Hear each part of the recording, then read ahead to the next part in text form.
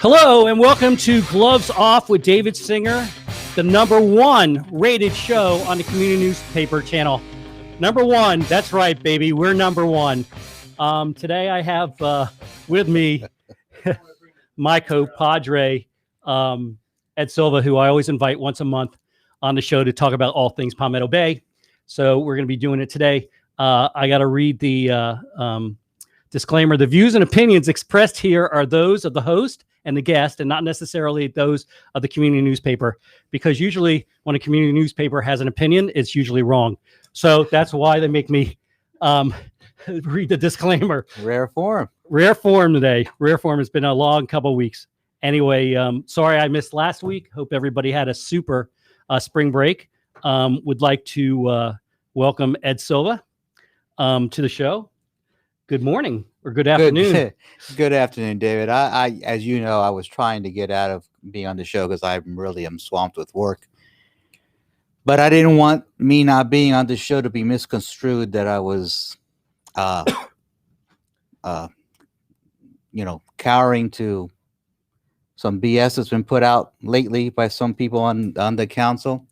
Some of the stuff that's been put out there because of spite, because they want to try to silence our voices. We're America. We're entitled to have our voices. We're entitled to have our opinions. I welcome any and all investigations. At the end of the day, I think people are going to be rather surprised as to how low some on the council will go. Only to stifle. Yeah, let's talk about that for a second, because I know people are probably tuned in to hear what our take is on what they're trying to do with the land purchase that was done. I can't talk about that. You can't talk. I can't talk about it because of the potential litigation that I'm going to have against the village attorney, John Della Gloria, and each one of the council members, which I expect to be filed relatively shortly. I know you can't talk about it. And we'll leave it at that. And we're going to have to leave it at that until the litigation's filed.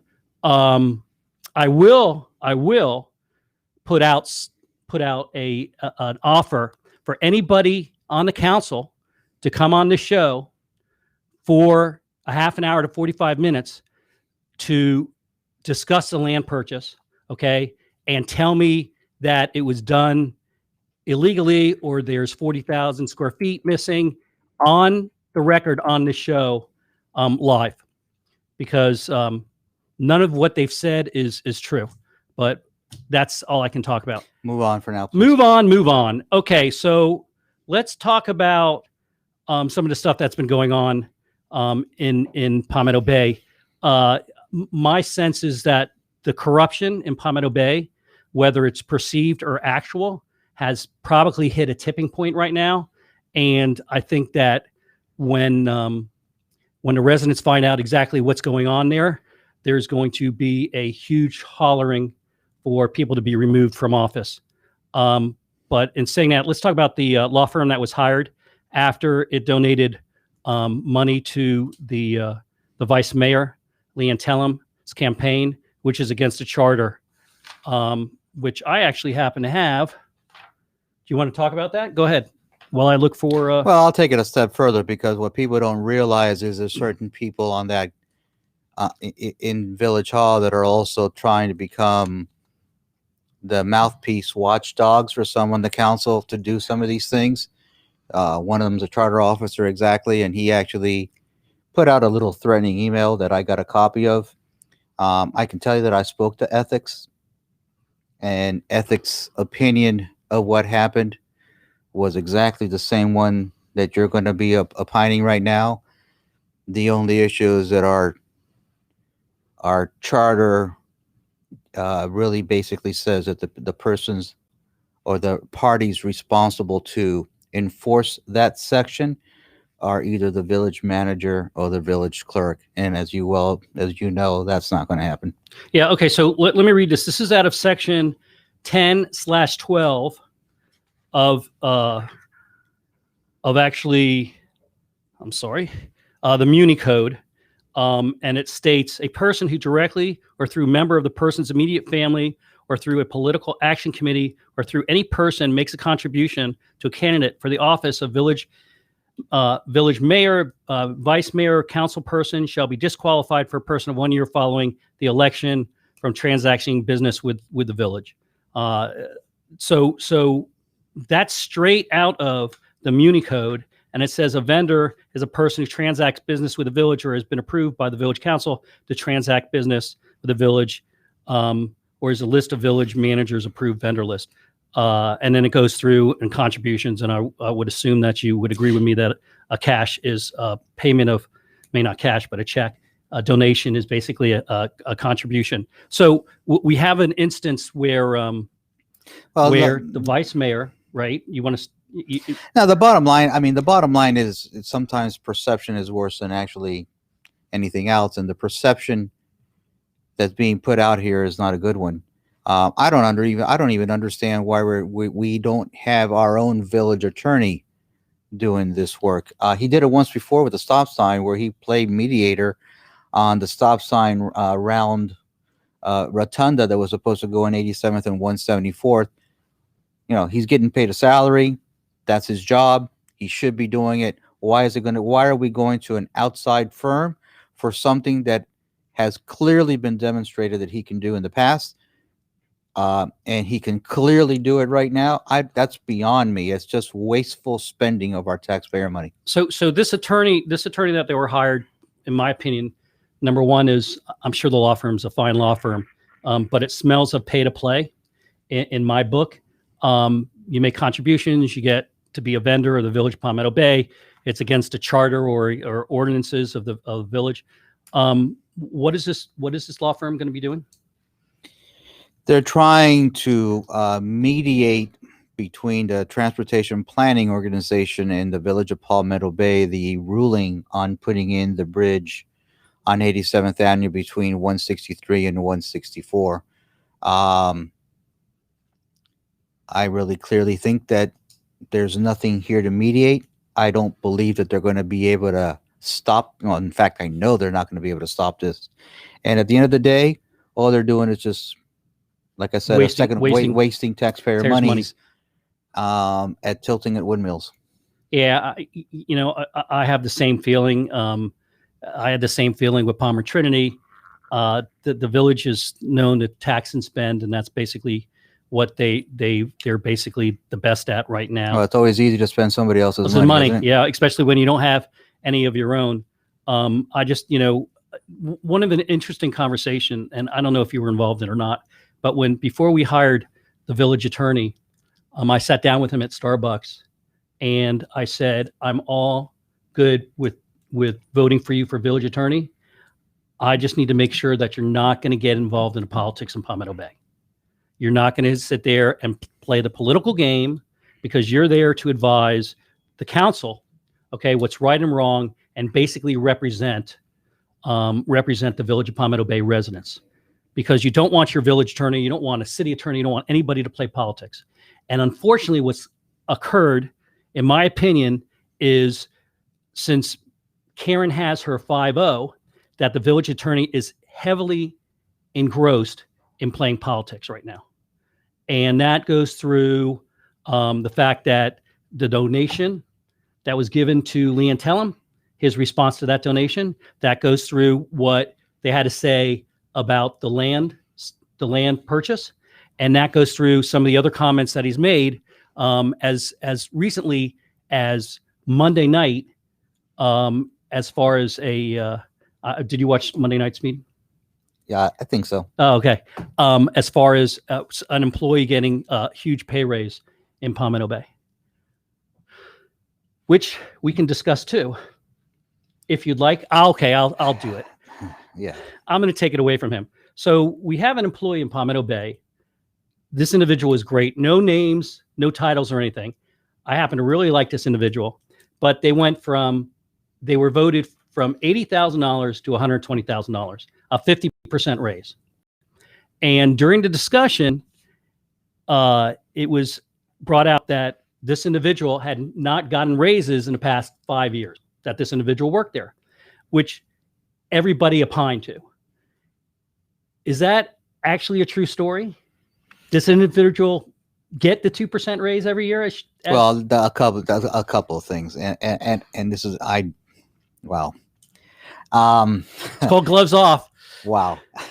All right. First and foremost, no, I believe the contract called for an automatic 2% increase every single year issue if that employee was not evaluated by the council. I'll read that to you. Should the council fail to annually evaluate the clerk's performance within 2 months of the annual anniversary of this agreement, it shall interpret it to mean that the council is satisfied with the performance. Immediately thereafter, the clerk, shall be given a salary increase equal to 2%. 2%. That's correct. Okay, and that employee did get the increases. And the evaluation, since it's a charter officer, is by the council and nobody else. So even when they sat there on Monday night and said basically that it's a travesty that it's gone this long without having an evaluation done, they were actually pointing at themselves, weren't they? Yes, because it's and you can point at me because I was on the council, so I was somebody who probably missed giving the evaluation. But the evaluation is not handled by another charter officer. No. The evaluation would be handled by the mayor, the vice mayor, and those group of people. And well, I'll take it a step further. The mayor actually put it through a resolution ordinance a couple of years prior to that, setting up the ground rules for those reviews and for all that information to be put out there, which was there was a substantial amount of debate between her and Marcia Matson as to what the rules of the road would be in terms of the evaluation of charter officers. So it's not as if they forgot about it. They had a major, robust discussion on it and how it was going to be done and what should be done and how the process should be done. And they've just fell asleep on it. But that's typical in Palmetto Bay. When they want to do a political point, they'll bring something up. And then once that political point's made, they turn the page and try to hope that everybody forgets about it. Well, let's follow up with that. When I heard that the village manager, I think it was, said that it was a breach of contract, when in fact it wasn't a breach of contract. Yeah. If you read the if you read the evaluation or the form, because it was either you give an evaluation or you give an automatic 2% increase if you're happy with this individual's work. I believe, I'm pretty sure, I am 100% positive that that's the way the contracts are written. Because the way mine was written, mine and hers were pretty much in sync with each other. Yeah. So, I mean, everything that they were spewing, once again, is misdirection and misinformation to the residents. But I think you'd agree with me, that's what we've all grown to know and love about our present council.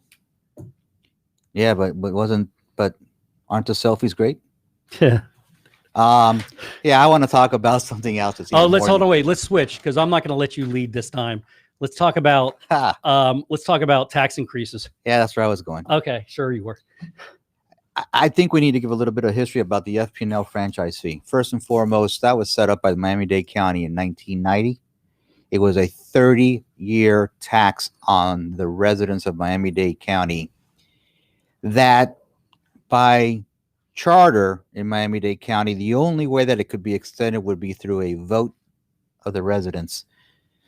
So the county let it expire instead of putting that out to a vote. So anybody that lives in unincorporated Dade County, they don't pay FP&L franchise fees. That's number one lie that Mayor Cunningham said Monday night, where she said that everybody pays a 6% fee. That is factually incorrect. And nobody in the county lives in the unincorporated county pays it. Secondly, it was never a 6% net. It was historically a lot less than that. And when the council brought up the FP&L franchise fee, as you well know, they voted to make sure that it would terminate in 2022 so that we would align with Miami-Dade County and our tax rate, although our millage rate's slightly higher, but everything else would fall into place with what the county's doing. Yeah, Patrick brought that forward to have it. Patrick's the one that, kudos to Councilman Fiore. He's the one that brought it up. Lo and behold, here's what happens. And now, last Monday, we now have Mayor Cunningham and Councilwoman Matson flip-flopping and all of a sudden embracing a new tax on residents. And it's not a one-year tax, but it's an extension of a 6% tax increase on every one of us for 28 years. Let that sink in. It's 28 years that we have to pay for it. It doesn't only affect your FP&L franchise fee, it affects everything you do in Palmetto Bay, because if you think that any business in the village is not going to pass that along as part of their overhead and charge you for it, I got a bridge that's not going to be built in Palmetto Bay for you, because you know damn well that every single business will be passing this along in terms of their overall costs onto everybody that does any services in the village. And it's not pennies a day like a certain council member that doesn't even know how to add up his own checkbook does. It's a hell of a lot more than that. It's actually close to $2 million a year that they're grabbing out of our pocketbooks. And $2 million is about 40% of what we collect in property taxes every single year. It is a substantial increase. I got questions, because what are they going to do with those $2 million? I mean, the spin that they played was that they need this to cover a deficit. But in that same meeting, the new manager basically said that our expenditures are running 15% below what was projected, and our revenues are running 15% higher than projected.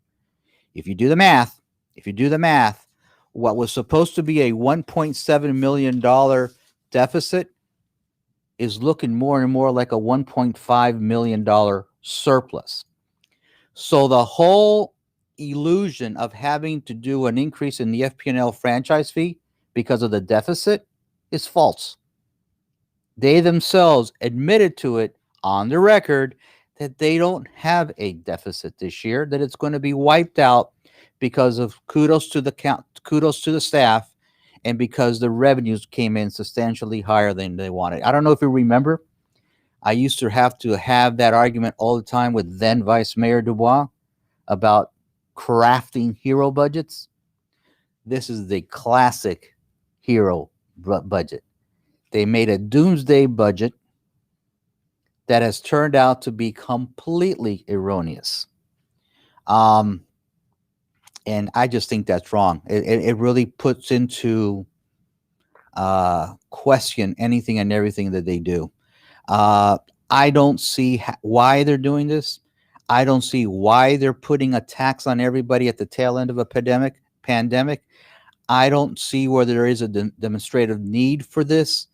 And then top this all off by the fact that the federal government is bailing out Palmetto Bay to $10.4 million, of which $1.8 million, as they stated on Monday, can be used to be put back into the surplus. Why do we need the money? What are they doing with this?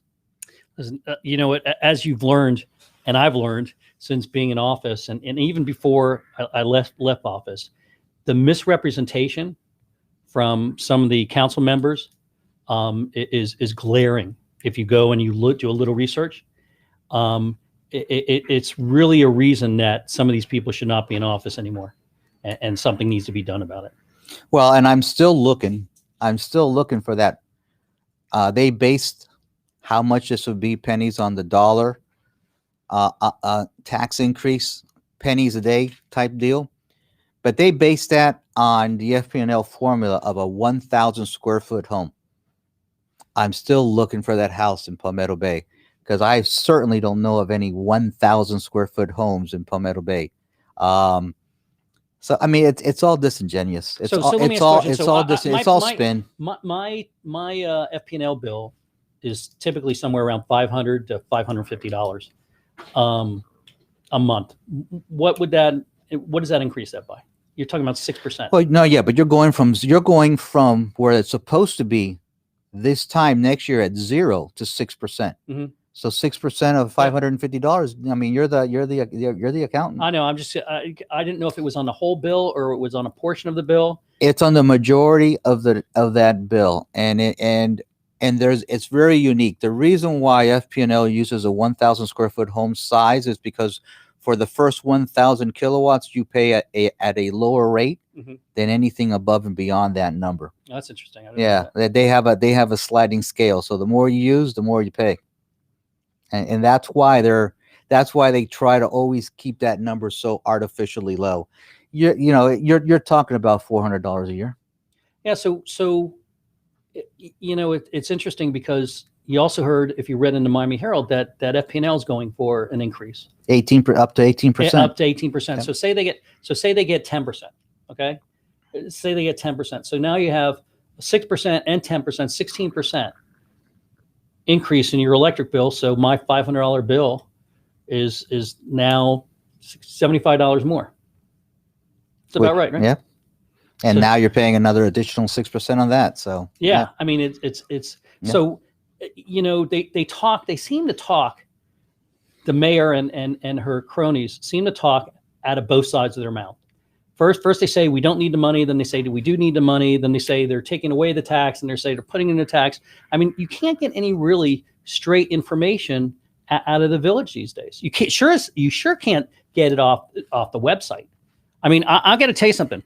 I was doing some work today, and I printed a Muni code, and this Muni code doesn't seem like this was updated since Gene Flynn was mayor and John Dubois was vice mayor, because it still has them as mayor and vice mayor. Now that might be a website, but that to me proves that there's some real issues in transparency and telling the truth and not misleading. Is that a real issue of transparency, or is that a deliberate attempt at trying to hide some things? It could go either way. You could flip the quarter, right? Yep, I believe you can. Anyway, so I will be happy to take questions. If you guys want to send me some questions, talking to Ed Silva. What else are we going to talk about? The bridge. I mean, it was basically a unanimous vote that the bridge gets built, and now we have the village trying to Oh, we can invite him in. Nah, that's okay. We have the village trying to. Let's leave him out there for now. We have the village trying to sue to stop it. Dexter Leighton just walked by me. Hey, Dexter, how you doing? The former village attorney. Yeah, that's interesting. I hope you had a good vacation, Dexter. Look, I just think that there's a big issue of a lack of vision. There's a big issue of honesty and transparency in our village. There's a big issue of actually of being honest in what they need and what they don't need to run this village. As you well know, they've been adding some stuff to the village lately. Look, I'll give you an example. Our attorney fees have gone from my last year there, which was $150,000, to I am pretty sure that's good. By the end of this year, they'll be probably triple that amount. There's a fact that because of litigation, they couldn't refinance their outstanding debt, which cost them another $200,000 a year. I thought it was $200,000 to $300,000. It's $200,000. It was $200,000. Okay. Yeah. And they're not going to be able to do it now because interest rates are, as you know, and they still have litigation. And they still have litigation. And they're always going to. It's just with this present group we have, there's always going to be litigation because they think that's the way out. No, it's easy to have somebody else make the decisions for you. But I think that the reason why people run in the first place is that they need to make decisions and they need to clearly state their vision. And there isn't one. I mean, I'll give you another. We have had these conversations and I'm getting tired of them. But, Karen Cunningham came out with a strategic plan 3 years ago where she has done nothing with it. She just had a visioning session 4 months ago and nothing's moved forward with it. It's all just ceremonial garbage event. And I don't mean that to dismiss the people that are getting the proclamations and stuff, because all these people are probably very nice people, very good people and stuff like that. But you can't have a village run by proclamations, right? No, you need to make the decisions, need and to you make need to make decisions. sure So- that so you're when you looking sit about the there- forward. So when you sit there and you extend proclamations to an hour out of every meeting, but then you take freedom of speech away from residents, where you used to be able to talk for 3 minutes, but now through Mayor Karen Cunningham, you can only talk for 1 minute on the dais. Okay, which by the way was probably done, from what I understand, illegally. Okay, because that's in the charter or the code of ordinances somewhere. She just doesn't seem to care about, and what's worse is the village attorney does not correct her. So I don't know if it was a unilateral decision on her part. I don't know if the council voted on it. I think it was neither. You know, I think she's also getting bad advice, to be honest with you. I think she's getting bad advice, bad legal advice. I mean, I think if you look at state law says that you have to give every resident the right. And, you know, by the way, now that we're talking about this, it's going to go back to 3 minutes. You know that, right? oh, I know it's going to go back to 3 minutes, and it's good. So I'm glad I So- brought it up. So, But I that's mean, cool. but I get, at but least something will be done. state law state law clearly says you have the right to address your leaders. You have a right to address your council.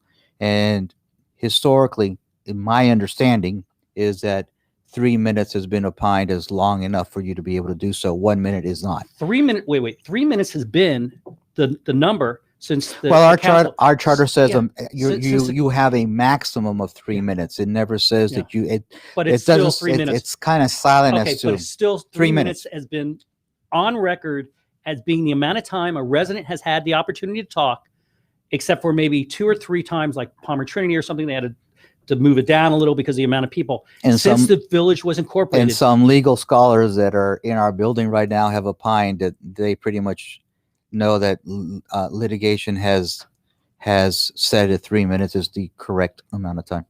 So what she's done, okay, and this is the mayor. This is nobody else.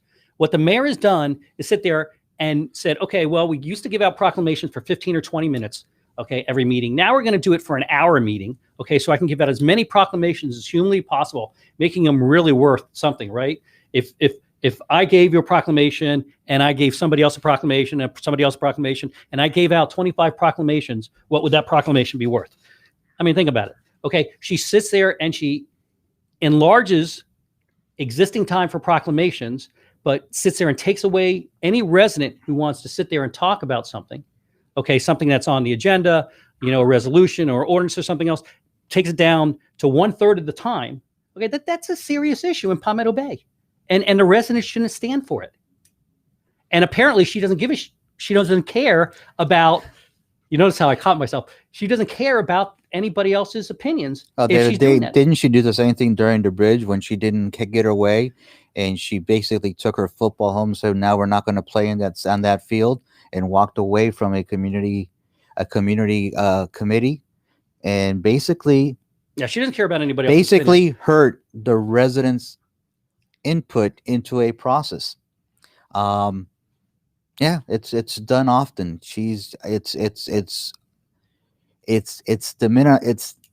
It's minimizing the residents' input into what our council should be. I mean, I don't have a problem. Look, and I've said this and I'll say it again. I don't have a problem with the tax increase if it's used for the right things. But a $2 million grab of money, which is the FP&L, without anything other than to continue the Should status have been quo, voted on, by the way. If it's that much money, it should have been voted on by the residents. without any real purpose other than the status quo, is horrible. Now, if you told me you're taking those $2 million and you're trying to do it to buy a piece of land that's on the bay that we're in litigation with right now, you know, with a former FP&L plant, and you're trying to take that money, I think that would be great. to buy that and To turn buy that a into a park or a private marina for our residents. Yeah. Hey, that's vision. That's something for our residents that we can opine upon and find out if we really want to do that. And I'd be the first one to say, absolutely, let's do it. How about But- buying a piece of property to For try a- to get for a have community- charter school For a community center. Look, how sad how sad is sad it? is it, right? How sad is it that we can't even get going with the community center? And here's Cutler Bay that's proposing a central park with a brand new village hall, a brand new community center, and an open green space And guess what? It's being done off of Old Colored Road so that that land isn't built on adding to the traffic congestion of every single day commuters. That's kudos to Cutler Bay. Oh no, they have some kudos. vision, They right? got That's vision. but that's a group of people that absolutely have a vision, okay, and know eventually, or know now and eventually what is best for their village. And I'm seeing. By the way, I want to say hi to people, so you can say anything you want. Okay, George Gonzalez, hi, how you doing? I should have solar actually. We all should. Gene, hey, how you doing? Kelly, how you doing? Lisa, how you doing? Okay. Well, okay, and Kelly is right, because the FP&L franchise fee is not just one tax. Property taxes are going to be going up on average 5% next year.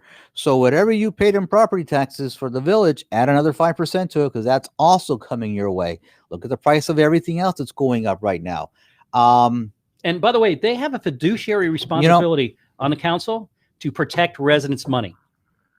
They do. They are sitting on the council. They have a fiduciary responsibility, and I can tell you, I don't even think they understand what the word fiduciary means. Well, and I see Tony saying how it's sad. Yeah, it is very, very sad, and I think the fact that we don't have a community center is really tragic in our community. It's really something we should have. It's the community hub. It's the place where everybody should get together and intermingle with your neighbors and your residents so that you can do it.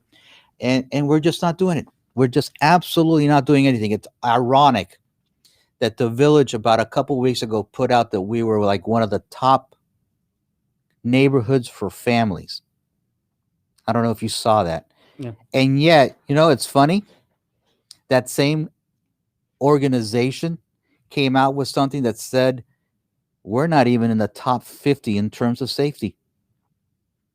But you don't see that being promoted, do you? And when you look at how good of a neighborhood we have for families, what are they doing to improve that? Are they building a community center? No. Have they built and replaced the building that got knocked down at Coral Reef Park? No. Have they tried to protect our environment by buying the 22 acres on Old Cutler Road? No. Have they done anything whatsoever with Veterans Park? No. In fact, they said that they're at that. In fact, the manager said that's at least 3 years away. 2 to 3 years away. And I got news for you. This is like 8 years growing, isn't it? And I got news for you. They already have ownership for half that land. Okay. They could at least start something now, but they're not. And I invite anybody to go to our dog park or where our Veterans Park is and just look at the conditions of the park. They're dust bowls. For the love of God, we've got a group that's working on neighborhood protections, trying to come up with standards. We can't even live up to the standards as a village. I'm sorry. That's okay. I'm frustrated. You go for it. I'm just frustrated. No, I understand. I'm sure that I'm tired of the spin, and I'd like to see a little bit more focus on the issues that we have and how we can correct them. Yeah. The fact of the matter is, anybody who knows anything about what's really occurring in the village of Palmetto Bay, I mean, they actually have some inside information as far as what's occurring. It is just disgusted. I want to answer something that Jerry Johnson just wrote there. Should I? Yeah, yes. That's not going to get me into trouble. Mr. Johnson, the village had an opportunity to buy those 3 acres from that developer. That contract was written that we had a right of first refusal to match that purchase, and the clock ran out on this council from doing so. So if you want to point or cast blame, look at this council for not taking the opportunity that the contract offered them in trying to buy that land. This present council? Yeah. Oh, I did not know that. Yeah. That was one of the clauses that was in the contract. So let's talk about the 10-foot sidewalk. But that means they'd have to read it. Well, we all know that they have at least 2 or 3 of them have a hard time reading. Let's talk about the 10-foot sidewalk that's rearing its ugly head again. And Gene was nice enough to send a little notice on. I guess they're going to start it at one of the schools. Howard Drive. I believe that's where it's going to start. Yeah. Well, that's what he Yeah. said. Yeah. That's what he said. And then I would assume that even though the residents on 136th Street, the large majority do not want the 10-foot sidewalk under any circumstance, because there still are signs out there that says stop the sidewalk. They're still getting a 10-foot sidewalk. The plans to go forward. That's apparently the case. Yes. You have any other information on that? No, I believe that's close off, man. If you can't tell, if you I believe, the truth. well, you know, look, my issue really isn't even that sidewalk per se, because that ship sailed and that's already been, that contract's been awarded and it's going to start. My bigger issue is the fact that they're wanting to put a 10-foot sidewalk in many numerous other residential areas in our community. And I'm not so sure that that is something that should be done so quietly. I think there should be if there public should be input. town halls after town halls after town halls, because they have town halls when it comes time to put an apartment up, right? And putting a 10-foot sidewalk in front of somebody's house is probably as important as putting an apartment next door to a house. It's more concrete. And I believe that that's something that should happen, and we should have that conversation. We should have that conversation so that people understand where we're looking at trying to put these sidewalks, these mega, I'll use your word, your mega sidewalks, and have that real honest conversation with the village, but they won't do that. No, they'll do it secretively. Look, we started an art piece. We started installing an art piece. I mean, the COVID-19 piece. I understand that that's. It looks like a COVID ball. I'm sorry. I mean, I've seen it. I mean, I'm sure the artist is a great artist, but if you look at the art piece, it looks like a COVID ball. We started an art piece, and we didn't ask permit. We didn't pull the permit from the county to do so. I mean, we have really lost control of what we're doing as a village. I just don't understand how it is that we do stuff and not put the ducks in a row. I know that there's a street that's been installed that doesn't have the right of way, that wasn't approved by the county to do so. And these are things that are happening on a continuous basis. If our government can't live by our rules and laws, how do you expect anybody else to look up to us and say we should be doing the same thing? It's nearly impossible. We have that issue with I'm going to get in trouble with Pig Floyd's and Thalata Park. The rules at Thalata Park are significantly different than the rules at Pig Floyd's right now, or what they're expected the rules to be at Pig Floyd. Well, here's a private business. Here's a private business that had to jump through all kinds of hurdles for what government breaks on a regular basis. On a regular basis, you can ask the former vice mayor, John Dubois, if they break it on a regular basis, and he'd be the first one to say yes. Well, of course. You want to talk about selective enforcement? They put up no parking signs strictly in front of this private business. They put up no parking signs in that swale. Swale across the street. Yeah. Now turn the corner down 72nd Avenue in front of Deering and tell me what you see there. Tell me how many cars you see parked perpendicular into that street, which is supposed to be a bicycle boulevard, which means if the car's backing up, he has to be very careful because he might just hit a bicyclist. Are they giving tickets for that? Really? Look at the cars that are parked on 77th Avenue any Saturday morning that are blocking the sidewalk and people are crossing that street. And kudos to Councilwoman Matson, because she did bring it up. I will give her kudos. She did bring it up and said she wants to see that put under control. But these are things that if they just had a little bit of vision, they would have realized it was going to happen. No, they need more than vision. They need the ability to manage the village, which they don't have any of. They're supposed to be the executive board, okay? They're supposed to be the ones that tell the CEO and tell the CFO what to do and how to get it done. And it's a complete failure for the last 2 years, okay, on the part of Mayor Cunningham. Complete, utter failure. And I'm going back to Mr. Johnson. Yeah, complete streets would be a great thing for us to have in our community. Complete streets, which means that we have a place for the pedestrian, the bicyclists, and the cars on equal footing. It would be awesome. But a multi-purpose multi-purpose path doesn't quite give you that. So let me ask you a question. What do you say to the people who say, "Oh, the Mayor Caringham, she is so nice."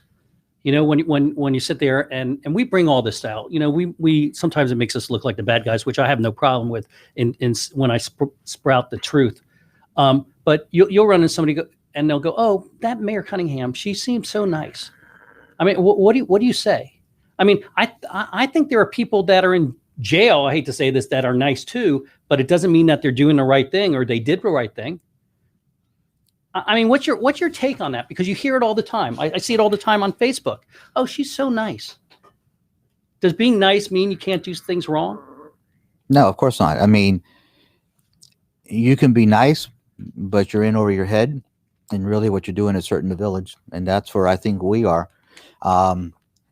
You can be nice, but you make a mistake and don't show up for a meeting to represent your residents against the bridge, and instead you show up for a private workout at a park, and you've just let down your constituency.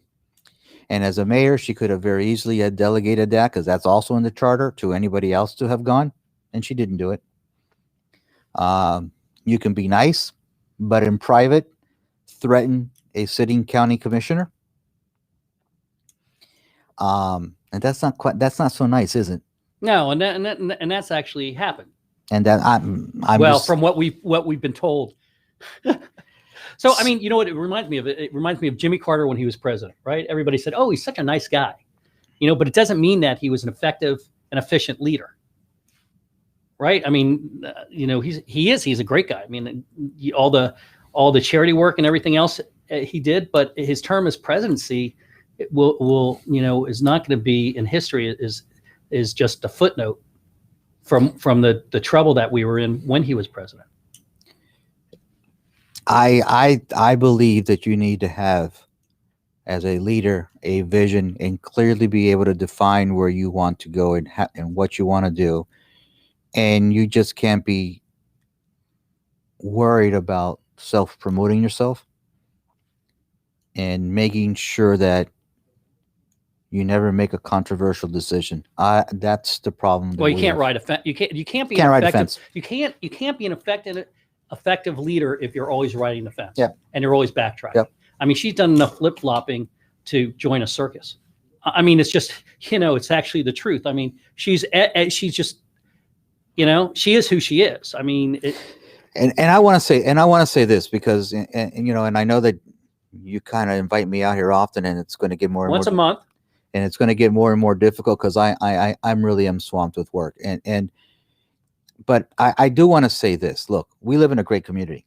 We do. Oh, I love our community. This isn't a slam on our community. This isn't a slam on who we are, or it's not even sour grapes, because I'm just opining because I know what we can be as a village. I know that we can live up to being a family-oriented community. And I'll give you the epitome. I think, you know, are there issues with that restaurateur that they've been trying to harass lately? Yeah, there is. But those are things that could be worked out, and that's a great family spot. I've been there. I've seen the kids playing there. I've seen that being a very nice, it's family-oriented locations. It's one of the best businesses, okay, to bring people together in Palmetto Bay has ever had. I mean, for them to sit there and try to slam them instead of working with them is criminal as far as I'm concerned. Yeah, you know, I'm not trying to do a Tommy here saying the Marlins are going to be great and they won 5 this year. Hey, Tommy. By the way, Tommy's our producer, if you guys don't know. That on a walk-off hit by pitch. Jeez. You 1-6? know, we live in a great environment. We live in a place where we should be protecting our 22-acre forest. We live in a place where now that you've got your FP&L franchise fee, we should be using it to try to protect the bay and trying to see if we can reach some sort of agreement instead of trying to sue them. We need to protect those 22 acres. To buy LuxCom. Protect those 22 acres. There's many things that we should be trying to do as a village that we simply are failing at. And now we're going to get a boondoggle from the federal government. And my biggest fear is that do you hear any conversations as to what they want to do with it? Do you hear any requests or surveys? You know, it's funny because Marsha Manson ran saying, I'm going to do scientific surveys and I'm going to make sure that they're done correctly. There hasn't been a scientific survey done since she's been there, and there won't be one because they're all slanted. But I'm not even going to, that's a subject for another day. But do you see M asking what are the requirements that we need as a village? And this is where we can use this money to resolve it. There's no conversation. It's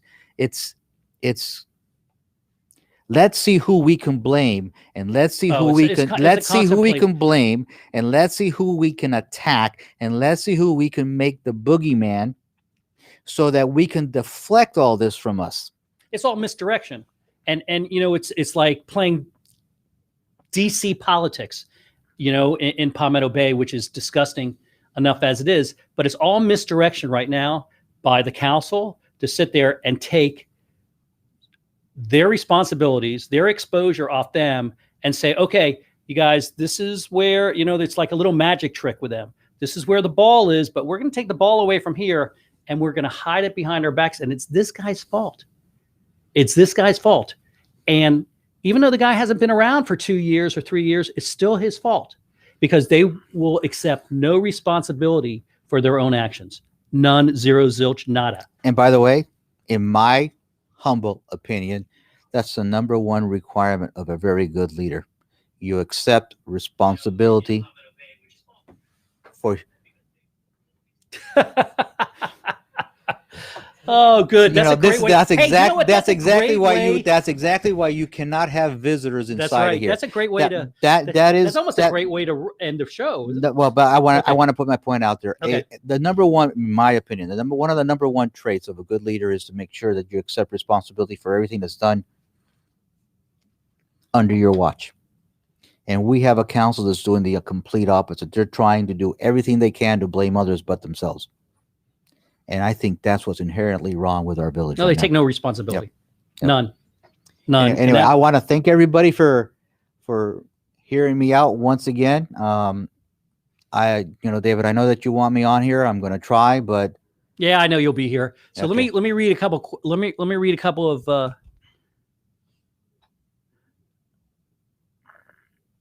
I was going to read a couple comments, but I can't find any I can read.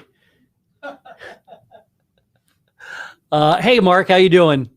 Kelly, yeah, I can't read any of these right now. I'd love to. Oh, well, I'm so sad. Sorry, guys. Anyway, thanks for everybody tuning in. I'd like to give my chicken shit award out, but I forgot to bring it today. Cool. And I think I was going to actually just give it out to the council for their tax and spend attitude with no real vision and no insight into where the money's really going, because, you know, that's the way it is.